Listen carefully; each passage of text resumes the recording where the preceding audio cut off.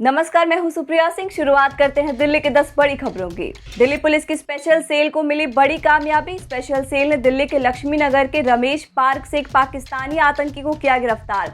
उसके कब्जे से AK-47, हैंड ग्रेनेड समेत कई हथियार बरामद किए गए हैं। पकड़ा गया आतंकी नेपाल के रास्ते दिल्ली पहुंचा था और फर्जी ID से दिल्ली में तकरीबन 15 सालों से रह रहा था। यहाँ वो स्लीपर सेल के तौर पर काम करता था और दूसरे आतंकियों की मदद करता था।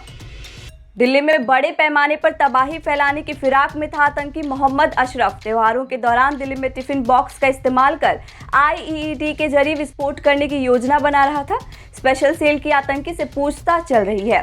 आपको बता दें, दिल्ली में 10 अक्टूबर को आतंकी हमले का इनपुट मिला था। हमले की सूचना मिलने के बाद से ही दिल्ली पुलिस हाई अलर्ट पर है। दिल्ली सरकार ने रेड लाइट ऑन गाड़ी ऑफ कैंपेन का किया ऐलान। मुख्यमंत्री अरविंद केजरीवाल ने 18 अक्टूबर से इस कैंपेन की शुरुआत करने की घोषणा की। इसके साथ ही सीएम ने लोगों से 3 गुजारिश की। उन्होंने रेड लाइट ऑन, गाड़ी ऑफ, हफ्ते में कम से कम एक दिन अपनी गाड़ी का इस्तेमाल नहीं करने और ग्रीन दिल्ली ऐप पर प्रदूषण फैलाने वालों की शिकायत करके एयर पॉल्यूशन को नियंत्रित करने में मदद करने की अपील की।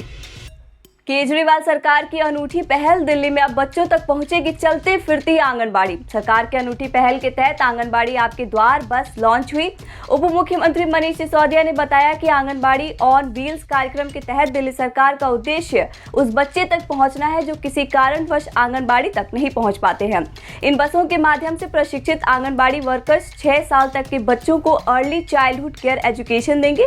साथ ही बच्चों के पोषक आहार भी दिया जाएगा। दिल्ली में छठ पूजा की अनुमति देने के लिए डिप्टी सीएम मनीष सिसोदिया ने केंद्र को लिखा पत्र। दिल्ली के डिप्टी सीएम ने केंद्रीय स्वास्थ्य मंत्री मनसुख मांडविया को पत्र भेजकर पर्व को मनाने की अनुमति और इसके संबंध में दिशा निर्देश जारी करने की मांग की है। डिप्टी सीएम का कहना है, छठ पूजा पूर्वांचल समाज के लिए सामाजिक सांस्कृतिक त्योहार है। पूर्वांचल समाज के लोग इस पर्व को मनाने के लिए बेसब्री से इंतजार कर रहे हैं।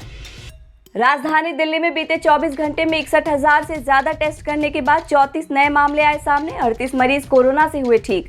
वहीं कोरोना से कोई मौत का मामला सामने नहीं आया। अब दिल्ली में कुल एक्टिव केसों की संख्या 365। बीते 24 घंटे में करीब 1,29,000 लोगों का वैक्सीनेशन किया गया।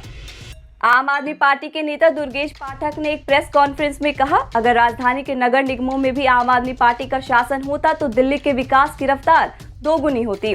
उन्होंने कहा, यह बात आम आदमी पार्टी के नेता नहीं बल्कि दिल्ली की आम जनता कह रही है, जो आने वाले नगर निगम चुनावों में बदलाव और विकास चाहती है। नरेला में पर्यावरण मंत्री गोपाल राय ने किया पराली पर बायोडिकम्पोजर घोल छिड़काव की शुरुआत। किसानों से गोपाल राय की अपील, जब भी खेत में बायोडिकम्पोजर का छिड़काव कराएं, उसके तुरंत बाद खेत को जोत दे और उसमें पानी लगा दे। इससे पराली जल्दी गलेगी। राजधानी में प्रदूषण के स्तर को कम करने की दिशा में केजरीवाल सरकार ने बायोडिकम्पोजर घोल के छिड़काव की पहल की है। दक्षिणी दिल्ली नगर निगम ने स्पा मसाज केंद्रों के बेहतर संचालन के लिए लागू की नई लाइसेंस नीति।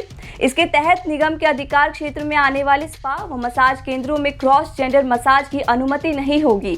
स्पा मसाज केंद्रों में महिलाओं और पुरुषों के लिए अलग अलग सेक्शन होंगे और सभी सेंटर सुबह 9 से रात 9 बजे तक खुलेंगे। साथ ही सभी ग्राहकों को अनिवार्य रूप से पहचान पत्र देना होगा।